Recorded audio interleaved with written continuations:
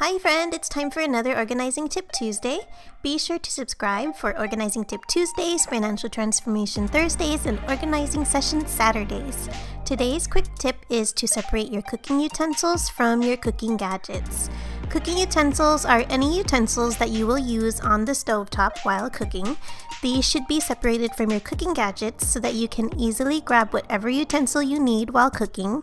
That way, you're not rifling through gadgets when you just need to grab your spatula to flip your French toast before it burns. Here we have the gadgets to the right of the stove where we have plenty of counter space for meal prep. So be sure to have your gadgets stored near where you prep for cooking. Have you downloaded the November Home Organizing Challenge yet? It's never too late to get organized, so be sure to grab that from the description box below. And be sure to subscribe and click the notification bell so you can know the moment my next video is up and never miss another organizing video. Happy organizing!